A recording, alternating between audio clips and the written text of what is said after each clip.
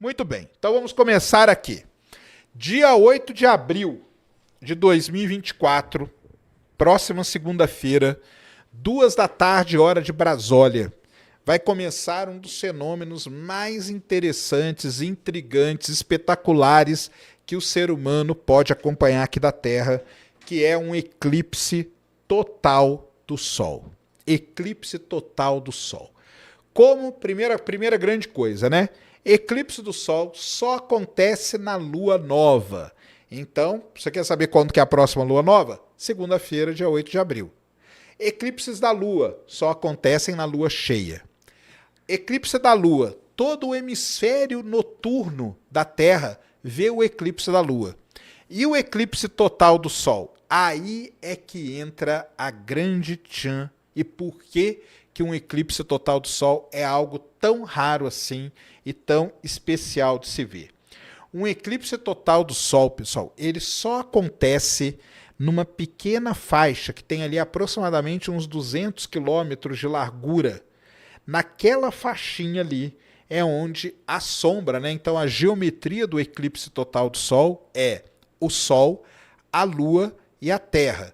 O Sol, a Lua tampa o Sol, ou seja, os raios solares, a Lua vai projetar na Terra uma sombra do Sol. E a projeção é que tem esses aproximadamente 200 quilômetros de largura. Beleza? E essa sombra ela vai correndo pela superfície da Terra, logicamente, à medida que tudo vai se movimentando. E quem está nessa faixa tem, então, o grande privilégio da vida, que é ver um eclipse total do Sol. É uma das coisas mais bonitas de se ver, é uma das coisas mais emocionantes de se ver. É algo que quando você vê, você não tem nem muita explicação para aquilo, tá? Tanto que, eu vou até daqui a pouco começar a falar do que acontecia com os antigos, com as antigas civilizações. Eu estou fazendo uma série de postagens lá no spatialday.com.br de como que o eclipse era na era medieval, como que o eclipse era na Renascença, como os maias viam os eclipses, como os antigos viam os eclipses. Imagina você, vamos nos transportar aqui, ó, se transporte agora para 1400, ano 1400. Eu vou até fazer um negócio aqui, ó. Vou até fazer um exercício aqui, quer ver só? Vou até fazer um exercício com vocês. Vamos nos transportar. Nós vamos nos transportar para um ano aqui. Eu vou pegar aqui a tabela. A NASA tem uma tabelona. Eu vou passar aí para o Cris. Nós vamos nos transportar para um eclipse aqui no ano 1000 e...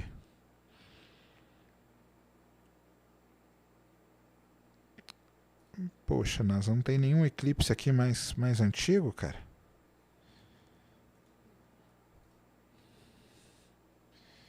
Deixa eu ver aqui. Eclipse...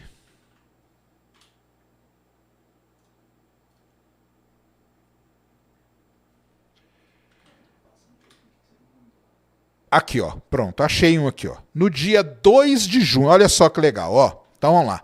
No dia 2 de junho de 1451, teve um eclipse total do Sol.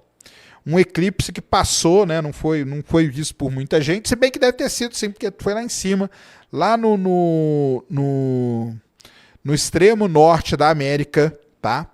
Passou. Agora imagina você que está lá em 1400 e do nada, você sem saber, porque nessa época não tinha nada para te informar, né?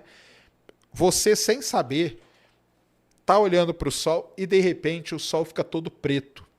Fica preto. E o dia escurece e fica frio. E vira meio noite, meio entardecer. Isso mexeu muito com muitas civilizações, tá? Com civilizações antigas, com civilizações de todos os lugares. Então é uma coisa assim, realmente impressionante que acontece com o eclipse, tá? Eclipses, eles ficaram muito marcados com morte de gente, com mau presságio. Um eclipse, ele era um sinal de mau presságio. Porém, teve eclipse, por exemplo, que parou até guerra. Teve eclipse que parou até guerra. Existem passagens até na Bíblia que falam que foi um momento em que o Sol e a Terra pararam. O Sol e a Lua pararam. Nesse momento aí parou guerra, parou tudo. Então o eclipse ele é uma coisa que ele mexe muito com as pessoas. Se hoje, com toda a modernidade, com todo o conhecimento que a gente tem, ele mexe com a gente, imagina lá nas civilizações mais antigas. Os maias, por exemplo, eles já previam um eclipse também. Então, assim, é muito, muito interessante ver tudo isso. Então, eclipse total do Sol, Sol, Terra, Lua. A Lua cobre totalmente o Sol. Esse eclipse ele é diferente do eclipse de outubro, que a gente foi lá em João Pessoa assistir.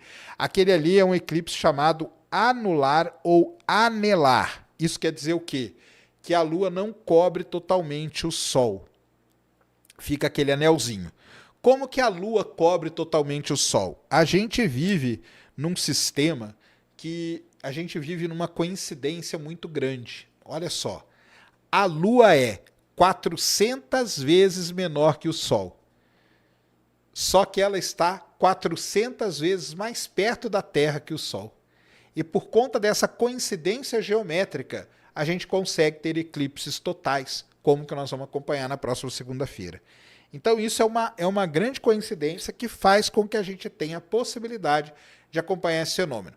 Porém, como a órbita da Lua ao redor da Terra ela é uma elipse, às vezes a Lua está um pouco mais distante. Quando ela está um pouco mais distante, ela fica um pouquinho menor. Quando ela está um pouquinho menor e coincide com o eclipse e coincide passar na frente do Sol, você tem um eclipse anular ou anelar. Existe um outro tipo de eclipse também, que é chamado de eclipse híbrido. Ele começa anular e anelar e termina total. Esse é ultra raro da gente ver, muito raro mesmo. Os mais comuns são os parciais, que é quando a Lua não cobre totalmente o Sol, os totais e os anelares, beleza?